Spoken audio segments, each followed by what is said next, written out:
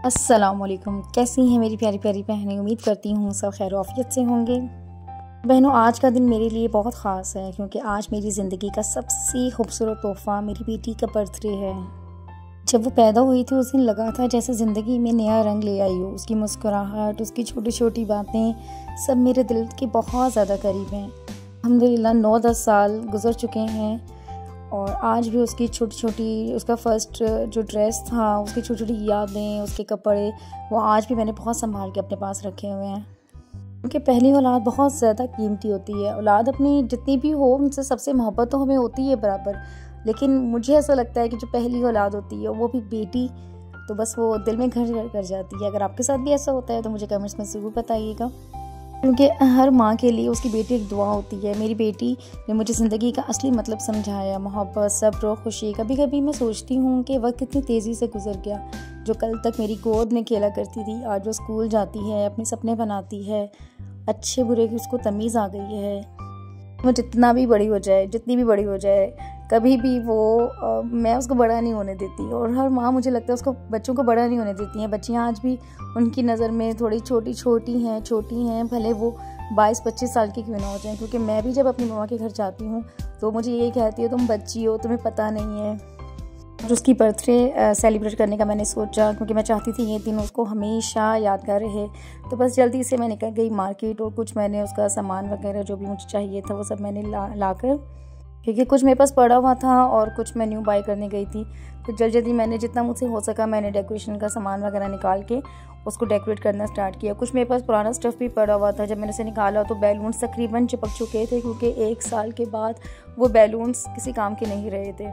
ये शुक्र है अल्लाह का कि मैं न्यू लेकर आ चुकी थी।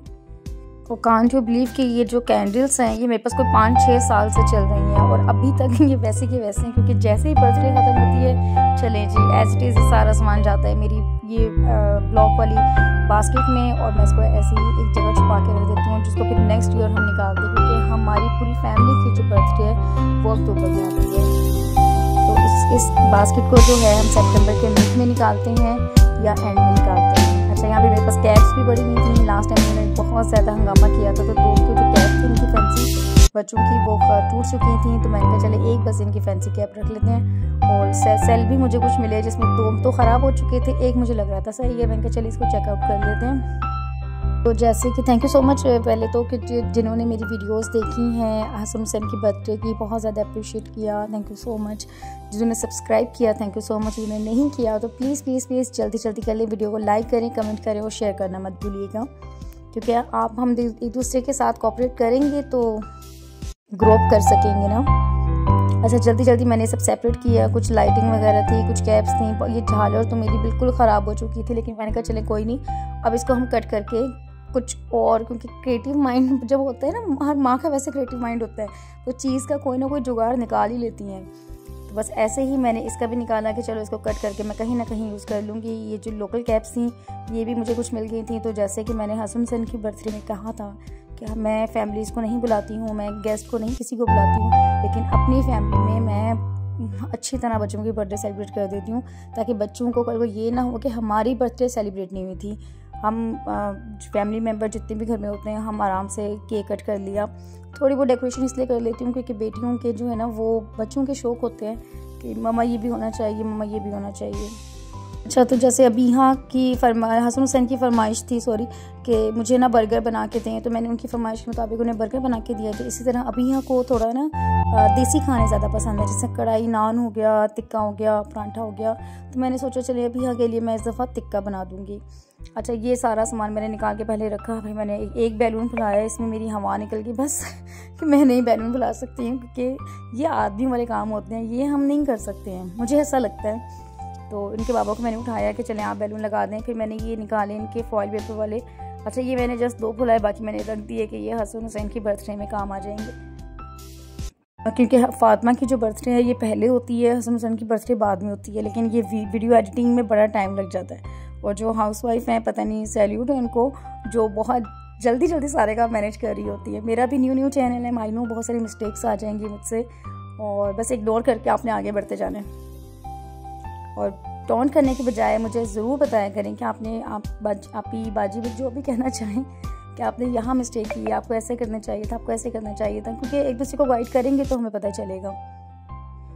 हसन सन की जो मैंने बर्थडे की थी वो स्कूल से आकर उनको सरप्राइज़ मिला था, और ये मैं इनकी बर्थडे करी हूँ शाम के टाइम जब ये बच्चे ट्यूशन गए हुए, और ट्यूशन वाले को भी मैंने, वो भी खैर बहुत ज़्यादा कोऑपरेटिव है इनकी, तो उनको मैंने कॉल की कि प्लीज़ आप बच्चों को थोड़ा लेट भेजिएगा, या जब मैं कहूँगी तब आप भेजिएगा, क्योंकि मैं अकेली हूँ और मुझे बहुत सारे काम अभी करने हैं। और जब मैंने सेल निकाल के देखा तो मेरी लाइटिंग में तो सेल जाने ही नहीं थी। फिर मैंने इनके बाबा को जल्दी से उठाया, प्लीज़ काइंडली मुझे आप बैलून फुला के दे दें, ताकि ये है कि फिर मैं डेकोरेशन कर लूँ, और आप प्लीज़ थोड़ा थोड़ा सामान जो है मुझे चाहिए। केक ही नहीं था हमारे पास, तो केक भी ला कर दे दें। तो मैंने जल्दी यहाँ पे फिर लाइटिंग वगैरह रखना स्टार्ट की। जब ये डेकोरेशन कर रही थी ना, तो यकीन करें मुझे एक तरह से मतलब दिल उदास भी था कि कितनी जल्दी वक्त गुजर जाता है, पता ही नहीं चलता। मतलब पता ही नहीं चला कि मैं अपने बच्चे की 10th बर्थडे सेलिब्रेट कर रही हूँ। पता ही नहीं चला 10 साल कब गुजर गए, क्योंकि दिल से बस एक ही दुआ निकल रही थी कि या अल्लाह मेरी बेटी को अपने हिफ्ज़ व अमान में रखना, उसकी ज़िंदगी खुशियों से भरती रहे, उसके हर ख्वाब पूरे हों, जब वो मुस्कुराए तो मेरी दुनिया रोशन हो जाए, उसके लिए दुनिया का हर सुकून आसान फरमा दे, और जब मैं ना रहूं तो मेरी दुआएं उसका साया बनकर उसके साथ चलती रहें। मेरी बेटी मेरी इज़्ज़त, मेरा फ़ख्र, मेरी दुआ है, या अल्लाह उसे हमेशा अपने करम और रहमत में महफूज रखना, उसके कदम सिर्फ नेक रस्तों पर चलना, उसके दिल में हमेशा मोहब्बत और ईमान का नूर भर देना। आमीन। और ये दुआ मुझे लगता है कि हर माँ के दिल में होती होगी, कभी वो अल्फाजों में बयान कर देती होगी और कभी नहीं। तो जितनी भी मेरी बहनें इस वीडियो को देख रही हैं तो प्लीज़ एक दफ़ा आमीन कह दें, क्योंकि बेटियाँ जो होती हैं वो सांझी होती हैं। वो किसी की भी बेटी हो, उसकी इज़्ज़त, उसका मान, उसका हिफाजत, वो सब हमारी रिस्पॉन्सिबिलिटी होती है। अच्छा खैर, उनके बाबा उठ के उनको, तुम्हें क्या हो गया, तुम क्यों रो रही हो, किस बात पे, क्या हुआ है? तो मैंने कहा कुछ नहीं, बस दिल उदास हो गया था एकदम से, कि मतलब पता ही नहीं चला कि 10 साल गुजर गए, वो कितने साल बच्ची हमारे साथ है। दैन फिर बेटियां तो पराया घर होती हैं, चली जाएगी, शादी हो जाएगी, फिर हम क्या करेंगे। तो बस इनके बाबा ने कहा चलो ठीक है, ज़्यादा इमोशनल होने की ज़रूरत नहीं है। तो मैंने कहा चलें ठीक है। जल्दी मैंने फिर डेकोरेशन सारी कंप्लीट की।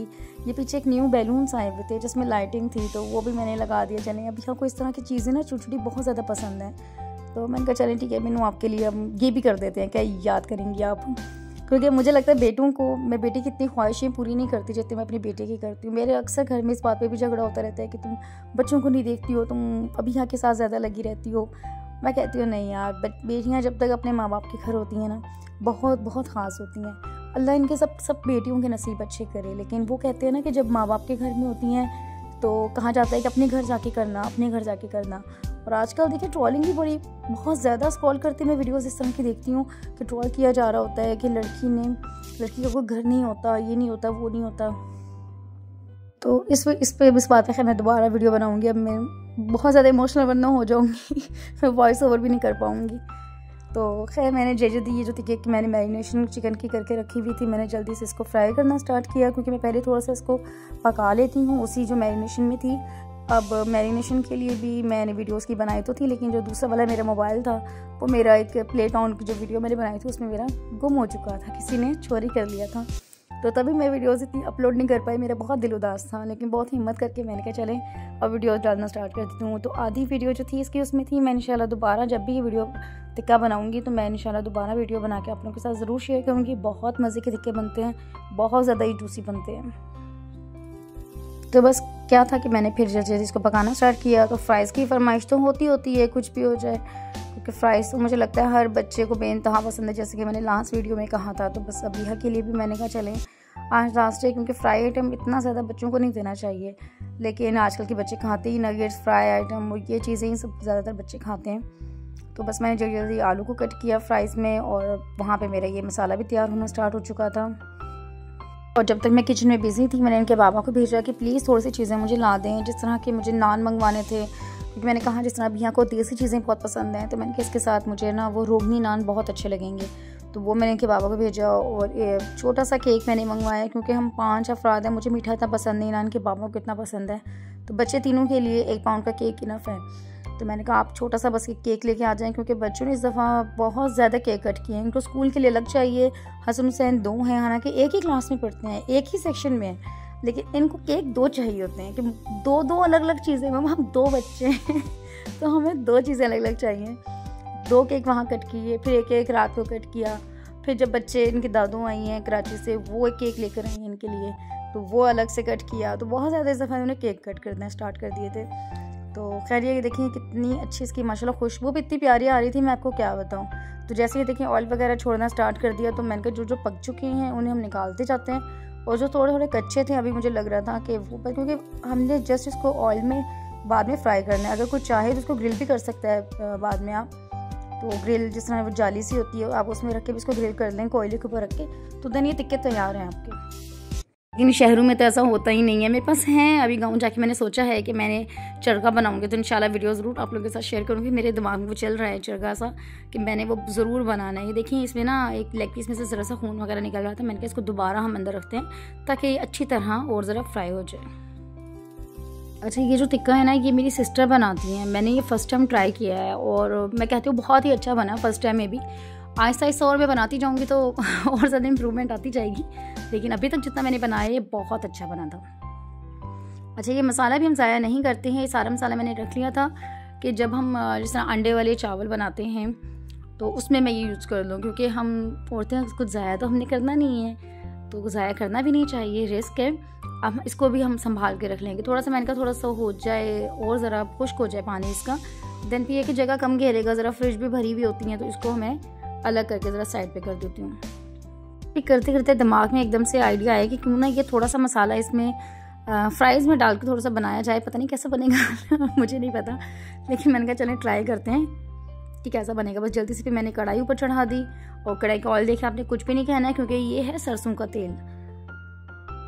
लोग सरसों का तेल यूज़ करते हैं, उनको पता होगा कि ये इस कलर का होता है। अब मैंने जल्दी से दूसरी कढ़ाई पे निकाल ली थी, क्योंकि 7:15 हो चुके थे और 7:30 पे मेरे बच्चे आ जाना था। मैंने टीचर से रिक्वेस्ट की कि प्लीज़ आप 15 मिनट्स और बच्चों को ज़रा वहाँ रख लें। मैंने जल्दी से दूसरी कढ़ाई ऊपर रख ली, एक में इनका टिक्का फ्राई कर लूँगी और एक में मैं फ्राइज़ फ्राई कर लूँगी। क्योंकि पता नहीं जितना जल्दी हम काम करने की कोशिश करते हैं ना, उतना ही हमारा काम डिले हो जाता है। तो पता नहीं मेरे साथ तो ज़रूर ऐसा होता है, अगर आप लोगों के साथ भी होता है तो मुझे कमेंट सेक्शन में ज़रूर बताइएगा।